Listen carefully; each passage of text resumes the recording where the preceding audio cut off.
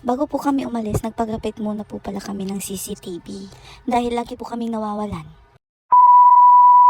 Hi everyone! Doon po sa mga bago na nanonood po sa akin, don't forget to follow my page po. At sana wag niyo pong i-skip at tapusin niyo po sana yung videos na ginagawa ko. Galing po pala kami ng dulo, kinuha namin yung crab na dadalhin namin sa Manila. Hindi pa nga po ako nakakalis, ayan kung nakikita niyo, umiiyak na yung isang bata dyan. Sabi ko nga po, wag na siyang umiyak dahil nga po, babalik lang din naman ako, may bibisitahin lang kami doon. Hindi po kasi talaga siya sanay na wala ako sa tabi niya. Kaya hinawakan na lang siya ng ate niya para makaalis kami dahil kung hindi po kami makakaalis at malilate kami. At maya-maya nga lang po nakarating na po kami dito sa terminal. At buti na lang hindi po kami na late. Pagpasensyahan nyo na po kung medyo bulol-bulol ako magsalita. Tsaka iba siya pakinggan sa voice record dahil nga po may singaw ako ang sobrang sakit dito sa may ilalim ng dila. Kaya hindi ako masyado makapagsalita. Ngayon lang din po ako mag-voice record dahil nga po naging busy ako nung mga nakaraang araw. Kaya ilang araw din po ako walang post. Hirap din po kasi mag-voice record ng marami kang pinagdadaanan. Nakarating na po kami dito sa terminal ng Bicol Isarog, tapos naghihintay na lang din ng ibang pasahero pa. At pagpasok ko nga sa CR, yan talaga ang unang bumungad sa akin. Hindi ko alam kung saan yun gagamitin, pero ang alam ko sa pagpiprito yun ginagamit. Pag naiisip ko talaga natatawa ako kung hindi ko alam kung saan yun gagamitin. Nagpabili nga po pala kami ng lansones kasi nga po sabi ko sa tito ko hindi na kami kakain ng rice. Kaya yan na lang yung kakainin namin ni mama. Pangit na din po kasi kumain ng rice pag kagabi na. Kaya yan na lang pong fruits ang naisip namin na kakainin namin ni mama. Yang lansones. Tapos nakita ko si mama nanonood ng vlogs ko. Sabi ko sa kanya wag niyang i-skip dahil nga po panoorin niya yung ads na lumalabas dyan. Tapos dito sa part na to talagang sumama na yung pakiramdam ko. Hindi sa natatae ako hindi yon.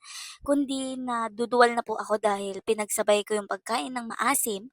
Yung lansones po kasi medyo maasim. Tapos uminom ako ng something na gamot.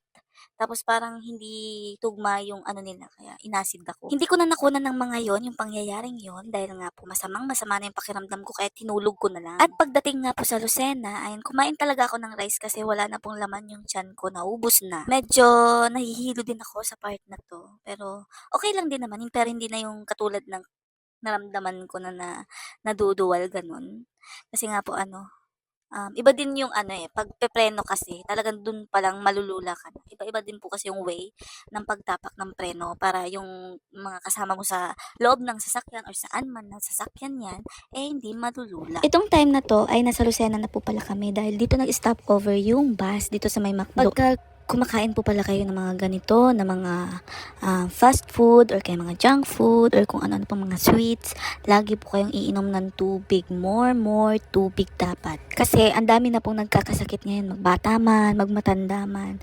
Ang dami nang nagkakasakit ngayon pagdating sa kidney failure at kung ano-ano pa cancer at kung ano-ano pang mga sakit dyan. Ang sabi ko po, hindi naman masama pagka minsan-minsan lang, pero pagka sobra-sobra na po, nakakasama na po yun sa ating katawan. Kaya mahalin natin ang ating katawan kasi ito lamang po ay pinahiram sa atin. Ay, ang dami-dami ko nang sinasabi. Nakarating na po pala kami dito sa may PTEX. Lakad-lakad lang muna kami dahil nga po inahanap namin yung exit. Hindi pa lang po nga kami nakakalayo sa aming pinanggalingan doon sa binabaan naming bus.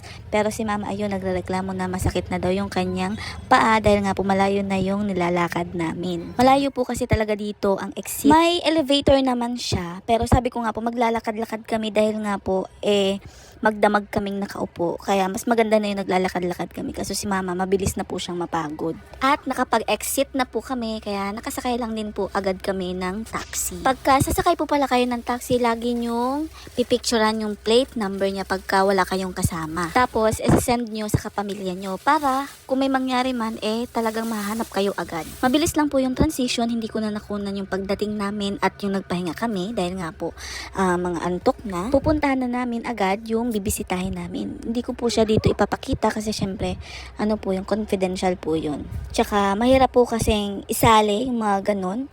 At, respeto na din po kasi ayaw nilang magpasali sa mga vlogs ko. Syempre naman, pagka ganun na sitwasyon, hindi naman talaga dapat yung isali. Hindi sa lahat ng pagkakataon, pwede yung isali. Mabilis lang po ulit yung transition, pauwi na po kami nito. Maghihintay lang din po kami ulit ng taxi dahil nga po, taxi lang ang pwede sa amin dahil nga po may kasama kaming senior citizen.